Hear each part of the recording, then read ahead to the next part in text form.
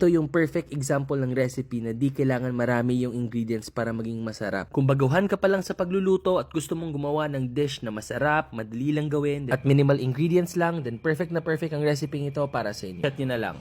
So itong mga garlic, hiwain lang natin to into chip. Mas prefer kong gawin ito kaysa mince pag salpikaw. Then tindi slice din natin to diagonally ang mga siling haba. First, gawin muna natin tong marinade ng beef. Add tayo ng seasoning, brown sugar, oyster sauce, tsaka maraming paminta. Kung trip nyo tong electronic pepper mill ko, then add ko na lang yung link sa baba. Mix lang natin to, then marinate for at least an hour.